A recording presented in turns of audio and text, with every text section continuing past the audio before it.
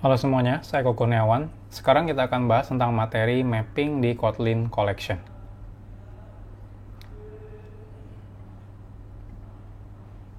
Mapping adalah salah satu collection operation yang termasuk dalam grup transformation, yaitu merubah bentuk dari satu objek ke objek yang lain. Jadi transformation mapping ini digunakan untuk mengubah data dari satu data ke data yang lain. Contohnya teman-teman pengen merubah isinya tadinya list of string, pengen dirubah menjadi list of integer. Nah, itu bisa. Itu kan berarti merubah dari string menjadi integer ya. Nah, itu namanya proses transformasi. Nah, sekarang kita akan bahas proses transformasi yang pertama, yaitu mapping. Mapping akan membutuhkan sebuah function lambda sebagai parameter dan akan mengembalikan collection hasil result lambdanya. Jadi nanti di function mappingnya tersebut, teman-teman harus memasukkan sebuah lambda, di mana lambdanya ada input berupa tipe datanya. Misalnya tipe datanya kalau pertamanya list of string, berarti tipe data string. Habis itu outputnya harus sesuai dengan yang teman-teman mau, misalnya menjadi integer dan sebagainya. Nah, urutan collection baru hasil dari mapping akan sama dengan urutan collection aslinya. Jadi kalau teman-teman bikin sebuah list, isinya 5, ketika habis dilakuin transformasi mapping, itu akan hasilnya 5 lagi. Posisinya ada di posisi yang sama. Data yang pertama dari posisi pertama, data yang kedua posisi kedua selanjutnya, dan seterusnya. Jadi seperti itu. Nah, ada banyak banget operasi untuk mapping. Nah, di sini contohnya untuk saat ini ketika saya buat videonya, di sini ada 4. Mungkin kedepannya ketika Kotlin rilis versi baru mungkin akan ada banyak banget ya transformasi mapping. Tapi intinya sama, dia ngelakuin transformasi dari satu objek ke objek yang lain. Nah, yang pertama nama operasinya adalah map. Oh ya, jangan lupa semua operation di collection itu rata-rata semuanya extension function ya. Jadi bukan bawaan dari si collection-nya, tapi memang extension function. Nah, yang pertama map, lalu di sini ada lambda transform-nya, di mana parameternya T adalah si data dari si collection-nya, habis itu R, teman-teman output-nya pengen apa. Jadi ini mengubah collection menjadi collection baru sesuai dengan lambda transform ini. Nah, atau kadang-kadang teman-teman ngelakuin mapping ya, atau perubahan bentuk, tapi teman-teman kadang-kadang butuh indeksnya. Nah, itu teman-teman bisa gunakan map indexed. Nah, itu nanti transformnya beda. Di sini parameternya ada index dan juga data T-nya. Outputnya sama, R. Nah, atau ada map not null. Nah, ini untuk apa? Ini mirip kayak map biasa ya. Nah, cuma bedanya dia akan menghiraukan hasil null. Jadi kalau teman-teman ngebalikan dalam si lambda transformnya ini ngebalikan data null gitu ya, maka dia akan otomatis dihilangkan dari si collection-nya. Atau ada map indexed not null, ini sama kayak map indexed, cuma bedanya dia kalau ngebalikin data null, teman-teman berarti datanya akan dihiraukan. Nah, ini contohnya sebuah function untuk melakukan transformasi. Jadi di sini saya punya list 1 ya, dimana di sini list of Eko Kurniawan Kanedi. Selanjutnya kita akan bikin list 2, dimana list 2 ini contohnya teman-teman pengen ngelakuin data yang sama, cuma bedanya semuanya di uppercase. Nah, kalau teman-teman tidak menggunakan operasi collection ini, teman-teman harus ngelakuin secara manual. Jadi teman-teman harus bikin mutable list, habis itu tambahkan satu persatu. Nanti kita coba praktikkan ya gimana kalau manual. Nah, ini kalau misalnya teman-teman mau, contohnya pengen ngambil semua data panjang karakternya, teman-teman bisa menggunakan list 1.map. Oh, di sini lambdanya, ini parameter itemnya, tiap recordnya, berarti nanti Eko, Kurniawan, Kanedi, habis itu returnnya apa? Contohnya di sini item.length, berarti nanti hasil dari listnya adalah integer ya, bukan lagi string. Nah, kalau not null seperti ini contohnya, map not null, value, kalau misalnya value-nya sama dengan Eko, maka balikin value, else-nya null, artinya nanti si list yang keempat ini isinya cuma data yang kata Eko. Kalau bukan kata Eko kan balikannya null ya. Nah, biar lebih jelas kita langsung praktekkan saja. Kita akan buat di sini file namanya mapping. Selanjutnya teman-teman bikin dulu list ya. Di sini adalah string misalnya. Jadi list of Eko Kurniawan, Kanedi. Nah, teman-teman, contohnya di sini kita mau bikin list yang kedua, di mana teman-teman pengen ngambil semua data ini, tapi di uppercase-kan si karakternya. Nah, kalau teman-teman manual, itu kan teman-teman pasti bikinnya gini ya. Jadi kita bikin temporary dulu, file temporary sama dengan mutable list of ya. Dimana di sini tipenya string. Lalu teman-teman ngelakuin perulangan menggunakan list for value in list gitu ya. Nanti teman-teman value to uppercase. Nah, seperti ini. Lalu sama dengan temporary to list. Nah, ini kalau teman-teman ngelakuin manual, lihat, bayangin berapa step ya. Teman-teman harus konversi dulu menjadi mutable list. Habis itu mutable listnya tambah satu persatu dari value ini yang ada di dalam list ya, list ini, lalu di uppercase-kan. Nah, ini hasilnya kalau kita lihat list 2.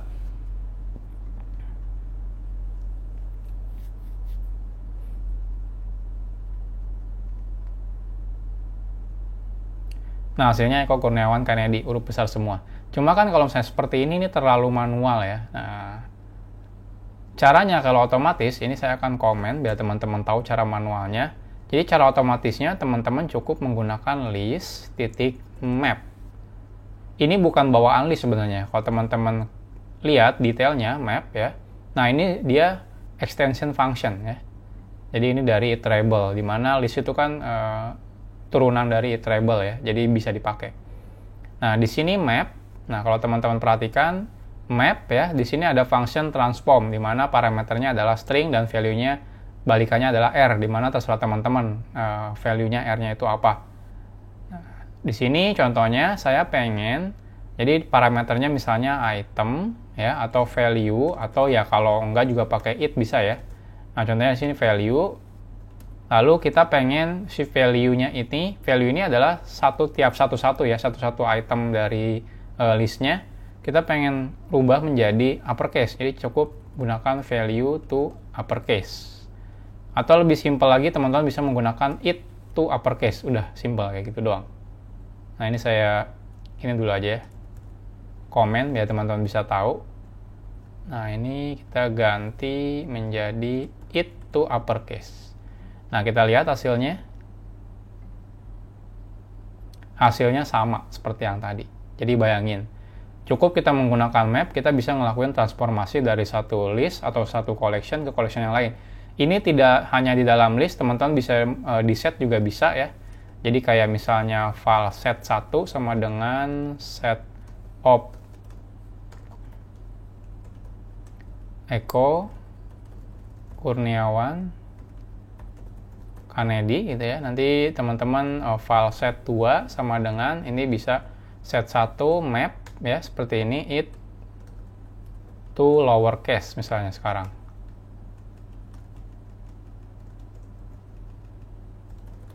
Print line set 2. Nah, ini kita lihat hasilnya. Nah, ini setnya yang lowercase semua.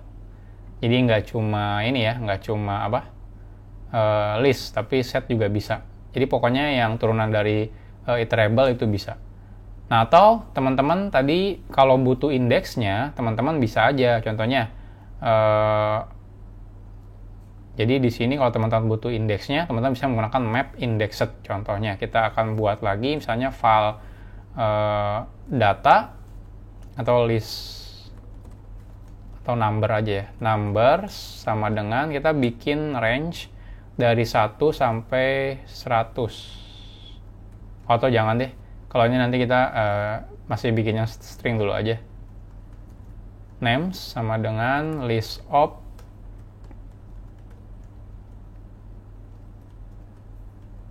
Eko, misalnya Budi, Joko, Dani, Andi, misalnya ya. Henry. Nah, contohnya sekarang saya pengen ngambil data yang indeks yang ganjil misalnya. Artinya untuk itu kan kita berarti butuh indeks ya. Jadi teman-teman bisa names ganjil sama dengan ini names titik map indexed ya. Lalu di sini indeksnya, lalu di sini name-nya. Lalu contohnya teman-teman tinggal enggak ya, kita mau ngambil yang ganjil aja. Artinya kita nggak cuma map index tapi map index not null, sorry. Not null seperti ini. Nah, jadi di sini if indeksnya kita modulo 2 sama dengan 0, maka kita return-nya 0. Else return-nya name seperti ini. Ya. Cuma karena ini dalam lambda aja kita nggak perlu return ya. Nah, seperti ini. Jadi kalau dia di modulo 2 sama dengan 0, artinya kalau genap kita return-nya 0, kalau tidak genap artinya ganjil, return-nya name.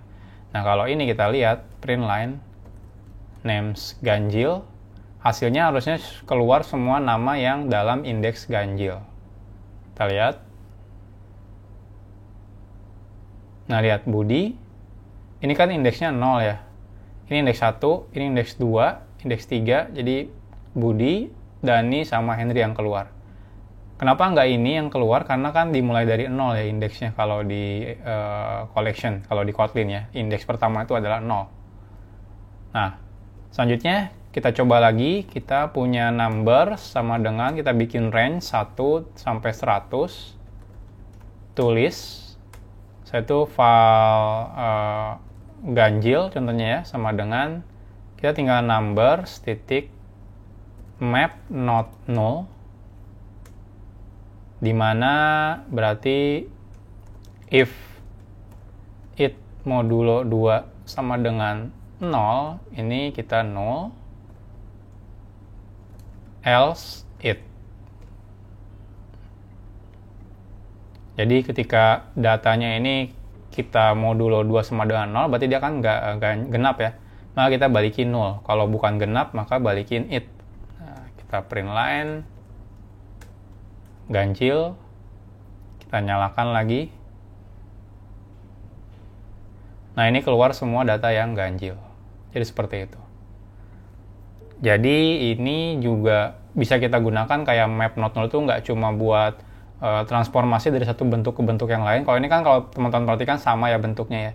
Dari list of string menjadi list of string. Cuma teman-teman bisa ngelakuin filter menggunakan map not null. Tapi rata-rata sih kebanyakan digunakan untuk ngelakuin transformasi ya. Kayak gini, dari bentuk string biasa menjadi lowercase, dari string biasa menjadi uppercase ya. Nah, ini uppercase yang atasnya dan sebagainya. Jadi kalau teman-teman butuh ngelakuin transformasi dari satu bentuk ke bentuk yang lain, teman-teman bisa menggunakan operasi mapping.